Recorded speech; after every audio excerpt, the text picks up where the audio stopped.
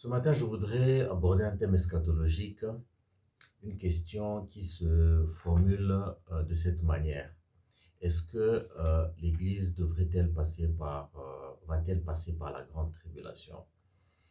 Euh, je vais essayer d'aller très vite. Euh, la grande tribulation est généralement présentée comme une période de très grande souffrance pour les hommes, une période qui surviendra vers les temps de la fin. C'est pour ça que je mentionne que c'est un thème eschatologique. Une période de très grande souffrance pour les hommes. Euh,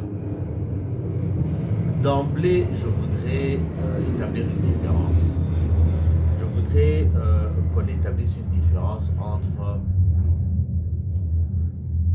deux autres concepts qui reviennent dans la Bible et qui cause confusion avec ce qu'est la grande tribulation ou les tribulations en général. Le premier concept, c'est le concept de persécution. Les persécutions, c'est la colère du diable qui s'abat sur l'Église, sur les chrétiens, et qui se traduit en termes de supplices corporels, en termes de sévices, en termes de grandes contraintes physiques, emprisonnement, mise à mort, torture, des choses comme ça. Ça, c'est des persécutions. Maintenant, il y a un autre concept qu'on appelle les fléaux. Les fléaux, c'est la colère de Dieu, ce qui s'abat sur le monde. Alors, ces deux concepts, avec la tribulation, ont ceci de particulier, c'est que c'est des moments de difficulté. Mais elles sont différentes dans ce sens que les persécutions, ce sont des difficultés ou des souffrances qui viennent du diable et qui s'abattent sur les chrétiens. Ça, pour les chrétiens, c'est quelque chose de normal. C'est quelque chose que nous sommes appelés même à subir. C'est pas seulement normal, c'est même un privilège. Alors, je vous lis 2 Timothée, chapitre 3, verset 12, dit ceci. Or, tous ceux qui veulent vivre pieusement en Jésus-Christ seront persécutés. Matthieu chapitre 5 verset 10 dit ceci. Heureux ceux qui sont persécutés pour la justice, car le royaume des cieux est à eux. Heureux serez-vous lorsqu'on vous outragera, qu'on vous persécutera et qu'on dira faussement de vous toutes sortes de mal à cause de moi. Réjouissez-vous et soyez dans l'allégresse, parce que votre récompense sera grande dans les cieux, car c'est ainsi qu'on a persécuté les prophètes qui ont été avant vous. Donc, ici, la parole nous dit que le simple fait de vouloir vivre dans la piété en Jésus-Christ va vous causer des persécutions. Ça, ce sont des souffrances qui viennent du diable et qui s'abattent donc sur l'Église. C'est normal. Et Matthieu rajoute que c'est même un sujet d'allégresse, une raison pour nous d'être heureux, les persécutions. Alors, les fléaux, ça c'est la colère de Dieu qui s'abat sur le monde.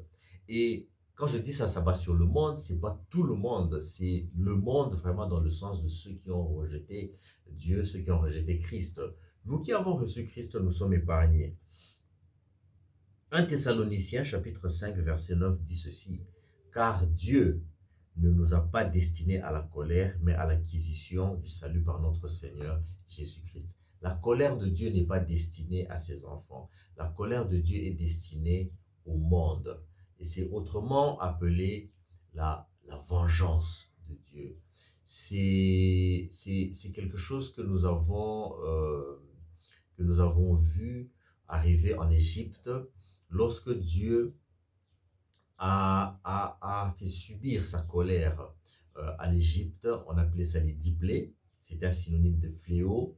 c'est la colère de Dieu. C'est arrivé à un moment où Israël, qui était le peuple de Dieu, était là en Égypte. Mais Israël ne subissait pas cela. Toutes ces choses arrivaient et ça tombait sur les Égyptiens, mais Israël était couvert. Israël était à l'abri de ces calamités. Donc, les fléaux, c'est les souffrances qui viennent de Dieu vers le monde.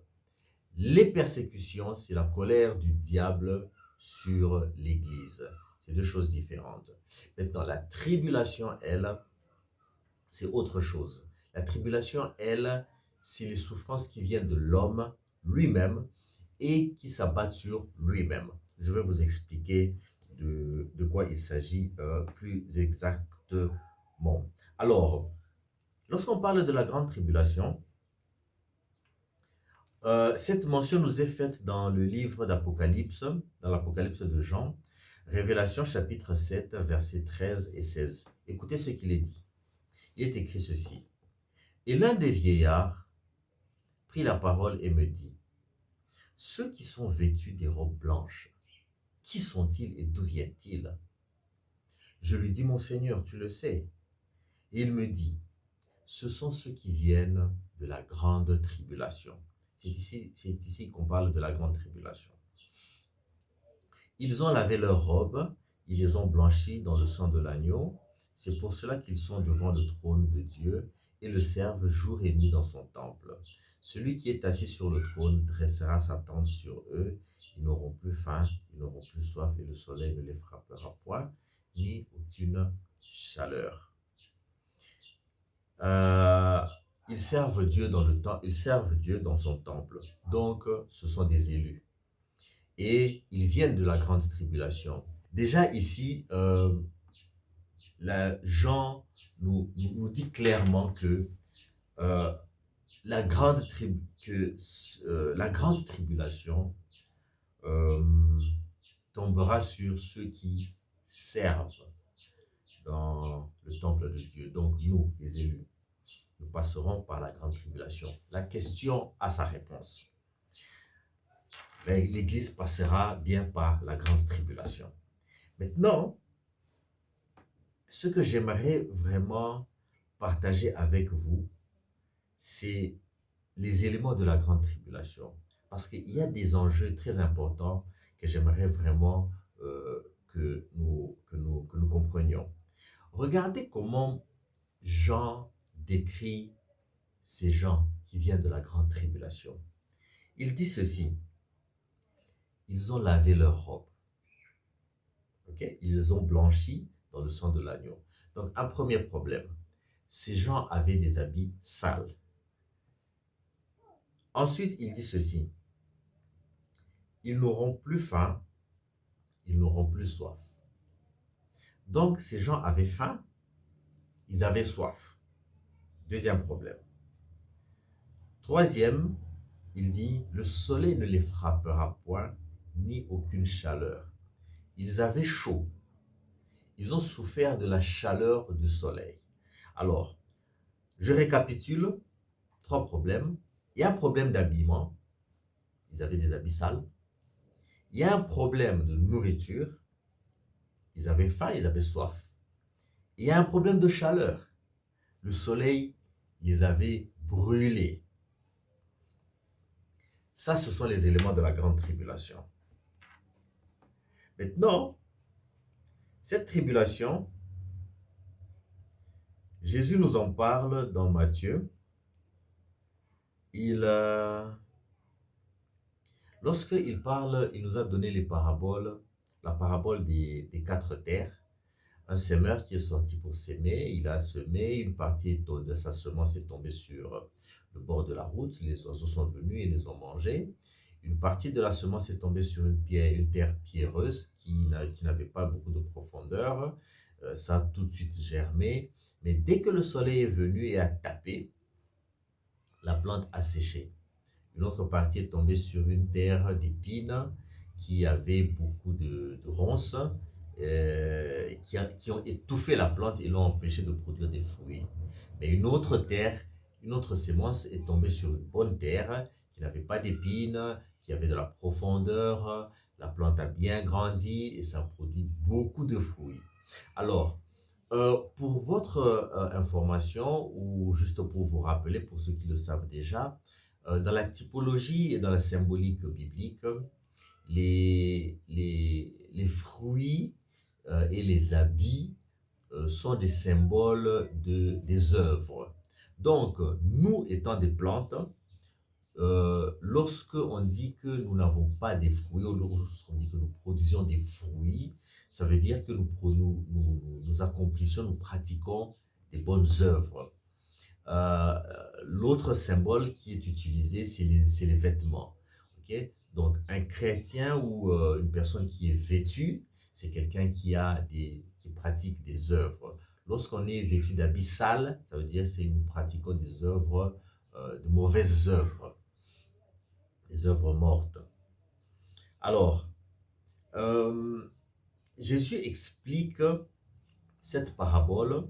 Je vais juste me concentrer sur la deuxième terre, qui est une terre pierreuse, qui n'est pas profonde.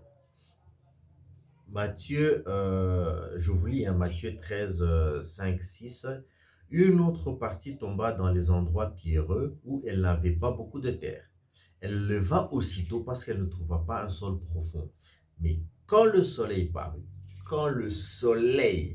parut, elle fut brûlée et sécha, faute de racines.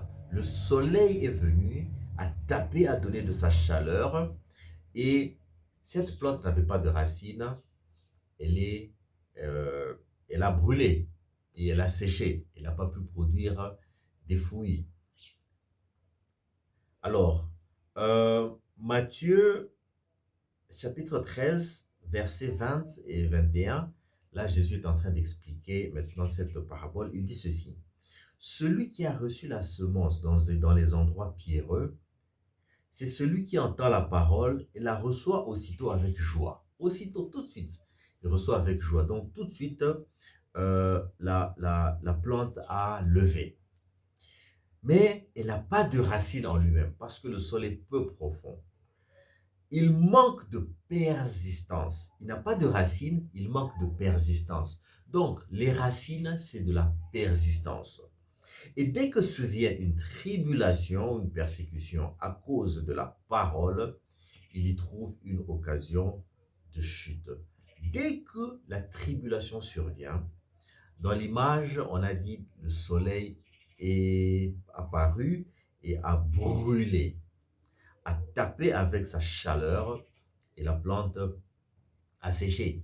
Donc, Matthieu nous explique que ce soleil, Jésus nous explique dans l'évangile de Matthieu que ce soleil, c'est une tribulation. Luc appelle ça autrement dans chapitre 8, verset 13, il dit: ceux qui sont sur le roc, ce sont ceux qui, lorsqu'ils entendent la parole, la reçoivent avec joie, mais ils n'ont point de racines. Ils croient pour un temps et ils succombent au moment de la tentation.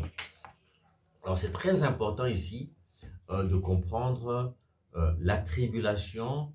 Luc l'appelle la tentation. Je vais garder ces deux termes, je vais les utiliser tout le long de cette vidéo pour dire la même chose. Alors, ce que Jésus nous explique ici, c'est que nous les chrétiens, nous sommes comme des plantes.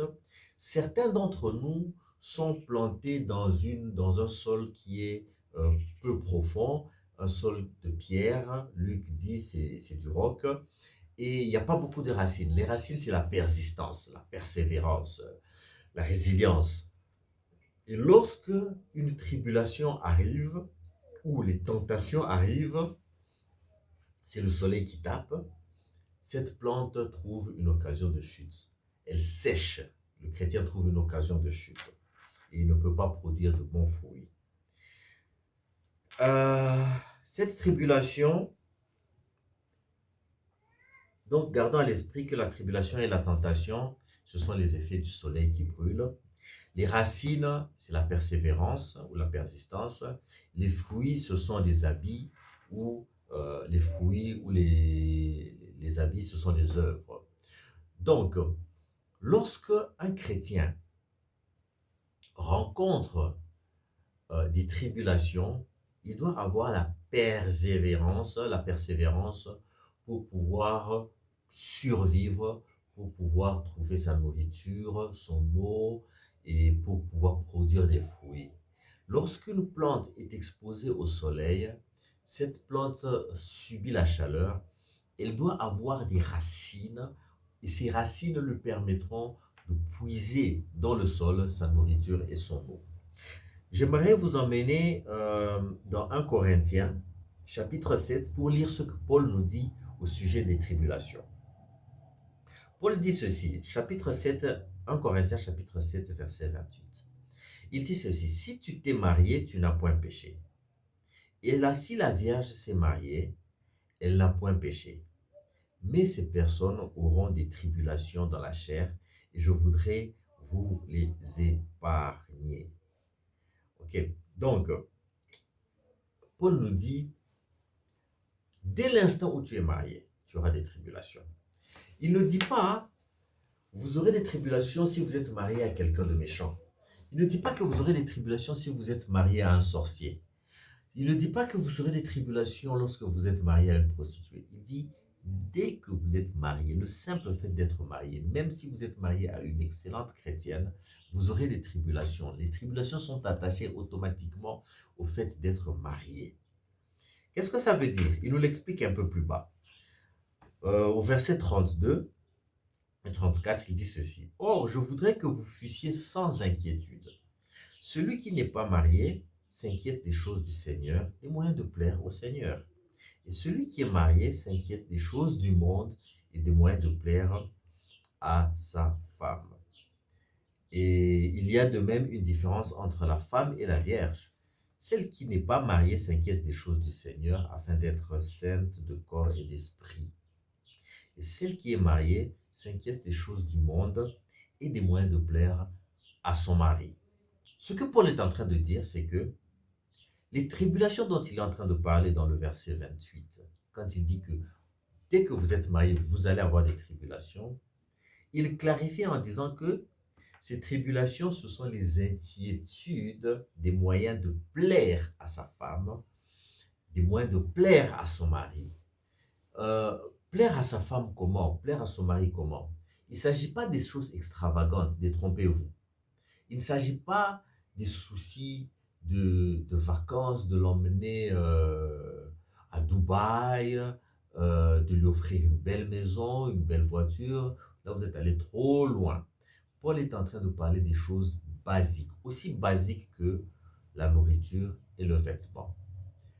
Lorsque vous êtes marié, dès l'instant où vous êtes marié, même si votre conjoint n'est pas une personne capricieuse, vous avez automatiquement un souci. Il va manger quoi? Qu'est-ce qu'il va porter? Ou qu'est-ce qu'elle va manger? Qu'est-ce qu'elle va porter? Je me réveille le matin, je sais que je dois aller chercher la nourriture pour ma femme et mes enfants, je dois leur procurer des vêtements. Ma femme se réveille le matin, elle se demande déjà, mais mon mari va manger quoi? Et qu'est-ce qu'il va porter ce matin? C'est automatique. Par contre, celui ou celle qui n'est pas marié n'a pas ce souci. Il peut se réveiller le matin en pensant à qu'est-ce que je vais faire pour plaire à Dieu. Moi, je me réveille le matin en me demandant qu'est-ce que je vais faire pour plaire à ma femme. C'est ça que Paul appelle des tribulations. Vous aurez ces tribulations dans la chair. Qu'est-ce qu'elle va manger? De quoi sera-t-elle vêtue? Ceux qui ont étudié un peu les sciences, vous avez entendu parler de la photosynthèse. La photosynthèse, c'est un procédé biochimique, par lequel une plante qui est exposée au soleil peut synthétiser de la nourriture pour sa croissance et produire des fruits. C'est un processus naturel, c'est même un processus important pour une plante. Donc, la Bible nous donne une bonne leçon de biologie et de chimie ici. La Bible nous explique que nous, étant des plantes, lorsque nous sommes exposés au soleil, nous effectuons une photosynthèse. Ce soleil qui tape et qui sont des tribulations, lorsque nous avons des racines, nous arrivons à convertir cette chaleur en processus biochimique pour produire notre nourriture et notre eau et arriver à grandir et à produire des fruits. En d'autres termes, une plante qui n'est pas exposée au soleil n'arrive pas à synthétiser de la nourriture. C'est une plante d'intérieur. Et les plantes d'intérieur ne reçoivent pas la pluie qui vient du ciel. Les plantes d'intérieur sont arrosées artificiellement par l'homme qui utilise l'eau du robinet. Et les plantes d'intérieur ne produisent pas de fruits. Donc, un chrétien qui n'est pas exposé au soleil, un chrétien qui n'est pas exposé aux tribulations, ne peut pas effectuer la photosynthèse. Ce chrétien a nécessairement besoin de l'intervention de l'homme, un prêtre, un pasteur, qui va l'arroser régulièrement avec une eau artificielle. Et cette plante peut survivre. Non seulement elle peut survivre, mais elle peut même être très belle. C'est pour ça que vous avez des chrétiens qui ont vraiment l'apparence, une très belle apparence de chrétienté, mais leur nourriture ne vient pas d'un processus de photosynthèse. Leur nourriture ne vient pas de Dieu. C'est des chrétiens qui ne peuvent pas apprendre en faisant leur propre étude biblique. On doit les nourrir quotidiennement. Un pasteur, un prêtre doit leur apporter l'évangile, leur préparer la nourriture, leur mâcher et les arroser. Okay? Donc, ils peuvent avoir une belle apparence de chrétienté, mais ils n'auront pas de fruits. Parce que ce sont des plantes d'intérieur qui ne sont pas exposées à la tribulation. Ils ont leur vie tranquille et confortable. La tribulation, la photosynthèse, elle est extrêmement importante. Et pour la réaliser, il faut être soumis à la chaleur et à la lumière du soleil. Il faut vous exposer aux tribulations. Donc, lorsque les tribulations arriveront dans votre vie, ne les rejetez pas. Il faut les affronter et il faut avoir les racines pour pouvoir persévérer. Alors, cela nous montre ici, je voudrais exposer certains mensonges, certaines tromperies, des faux enseignements qui circulent dans les églises et qui encouragent les chrétiens à rejeter les tribulations, ceux qui disent que les chrétiens ou l'Église ne passera pas par la grande tribulation. J'aimerais que vous compreniez la conséquence de ce que vous êtes en train de dire aux chrétiens. Vous êtes en train de leur dire que le chrétien ne sera pas soumis au soleil, que le chrétien n'effectuera pas sa photosynthèse, que le chrétien ne produira pas des fruits. Écoutez, Matthieu chapitre 3 verset 10 dit ceci. Déjà, la cognée est mise à la racine des arbres, et tout arbre donc qui ne produit pas de bons fruits sera coupé et jeté au feu. Il faut produire de bons fruits. Et pour produire les fruits, un arbre doit réaliser sa photosynthèse. Et pour réaliser sa photosynthèse, cet arbre doit être exposé au soleil et à la chaleur du soleil. Et ça veut dire être exposé aux tribulations. Donc, les enseignements qui vous disent que l'Église ne passera pas par la tribulation, ce sont des enseignements qui vous disent que vous ne serez pas soumis au soleil, que vous n'allez pas réaliser de photosynthèse, que vous n'allez pas produire des fruits, que vous serez coupé, retranché du peuple de Dieu et jeté dans les temps de feu. Il faut rejeter ce genre de tentation, d'enseignement. Nous trouvons ce genre d'enseignement récemment dans l'Église catholique qui a apporté un changement dans la prière du Notre Père. Alors moi, quand j'ai grandi, on m'a enseigné à prier en disant ne nous soumets pas à la tentation, mais délivre-nous du mal. Ne nous soumets pas à la tentation. Euh, comme je l'ai dit tout à l'heure, la tentation, Luc l'a considéré, il l'a traduit, ce que Matthieu a traduit en tribulation, Luc l'a traduit en tentation. Donc ça veut dire la même chose. Alors lorsque nous prions, ne nous soumet pas à la tentation, ça veut dire ne nous soumet pas aux tribulations. L'Église catholique a décidé de changer cette prière et ils ont commencé à dire ne nous induis pas, non, non, non, ne nous fais pas entrer en tentation. Voilà, je crois que c'est comme ça qu'ils l'ont formulé. Ne nous fais pas entrer en tentation. Ça veut dire ne nous mets pas face à la tentation. Ne nous fais pas rencontrer la tentation. Ne nous expose pas à la tentation. Parce qu'ils se disent, mais Dieu ne tente personne. Voilà, c'est ce que Dieu a dit. C'est dans, hein, je vous l'avais lu dans, je ne sais pas si je vous l'avais lu dans Jacques chapitre 1, verset 13-14. Que personne, lorsqu'il est tenté, ne dise c'est Dieu qui me tente, car Dieu ne peut être tenté par le mal et il ne tente lui-même personne. Mais chacun est tenté quand il est attiré et amorcé par sa propre convoitise. Donc, la tentation, ça vient de l'homme lui-même, ça vient de sa propre convoitise. Les fléaux, ça vient de Dieu et ça s'abat sur le monde. Les persécutions, ça vient du diable et ça s'abat sur l'Église. Les tribulations et les tentations, ça vient de l'homme sur lui-même. C'est pas Dieu qui tente. Alors, le catholique a dit,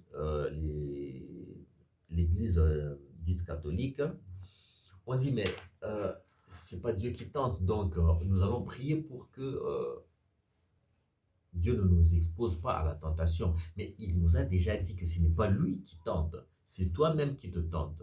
C'est pas Dieu qui te tente, c'est toi-même qui te tente. Pourquoi est-ce que tu vas prier en disant à Dieu de ne pas te soumettre à la tentation? Bon, ça c'est le moindre problème. Mais le plus grave, c'est ce que ça plante dans l'esprit des croyants.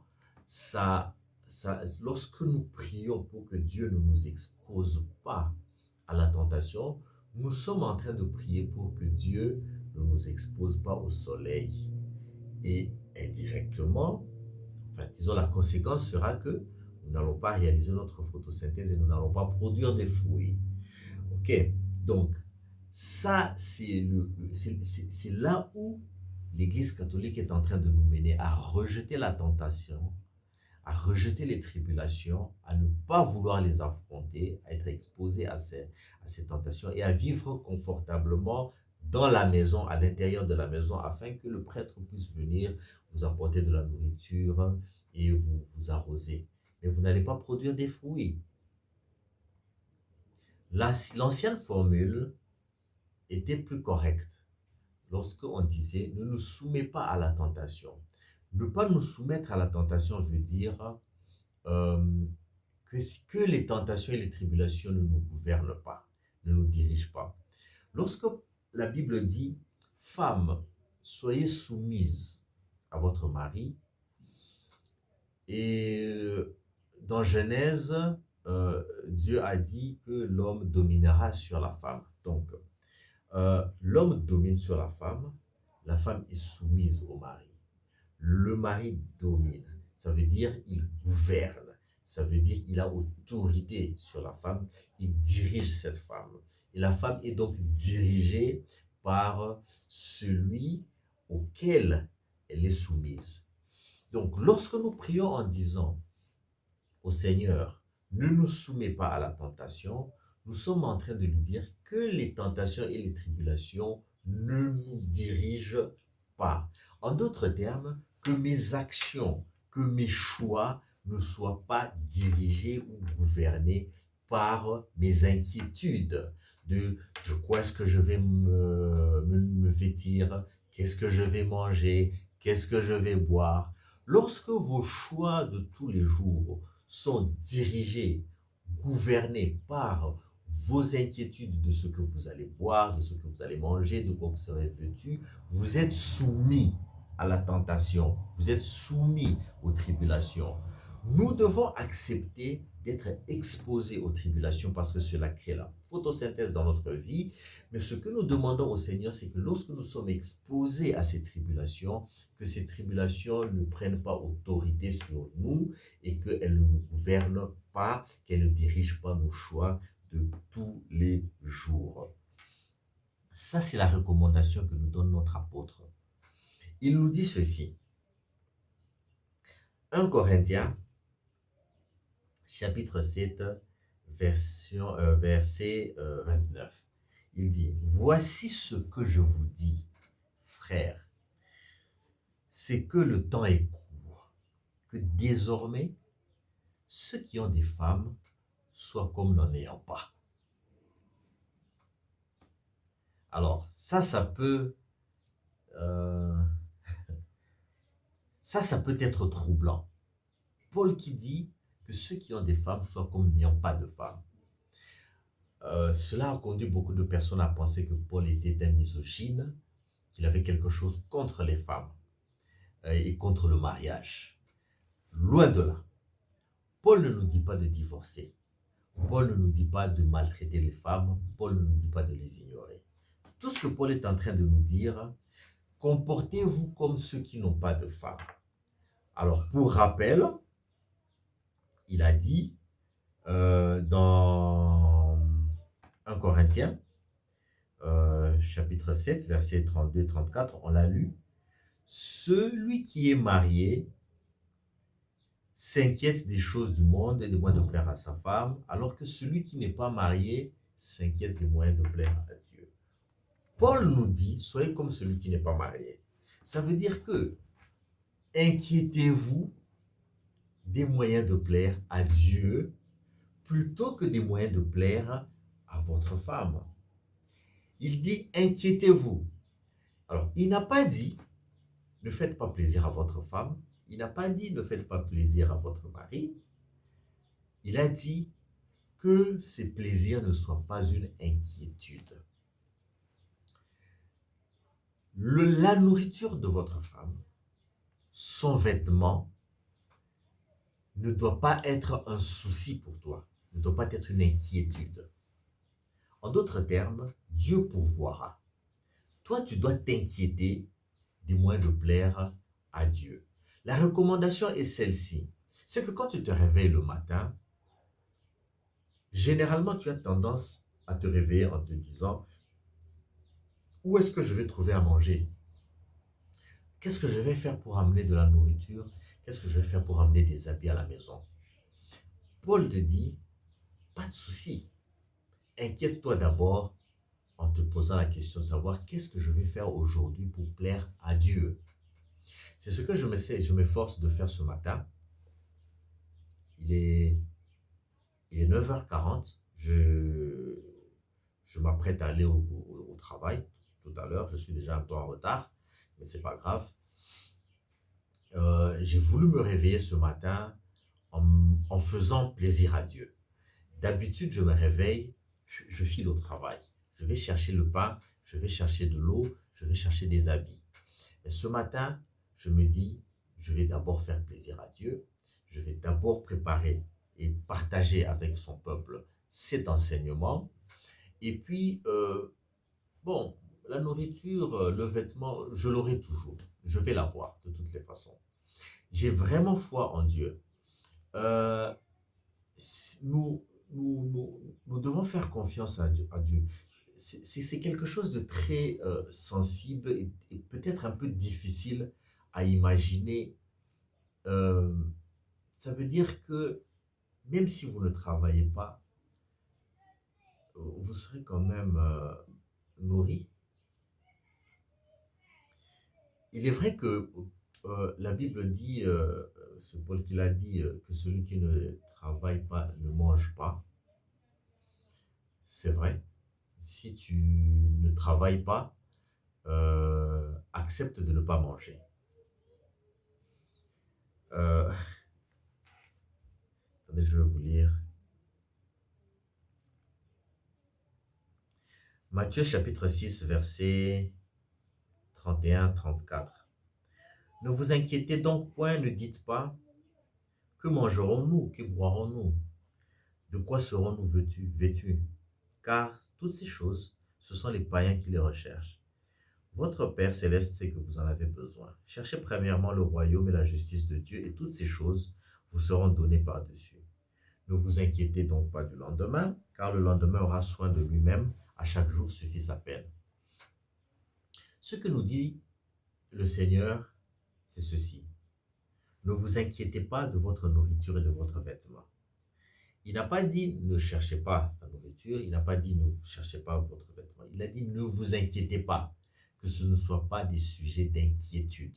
Okay? Le moment venu, allez chercher votre nourriture, allez chercher votre vêtement. Mais ne vous en inquiétez pas.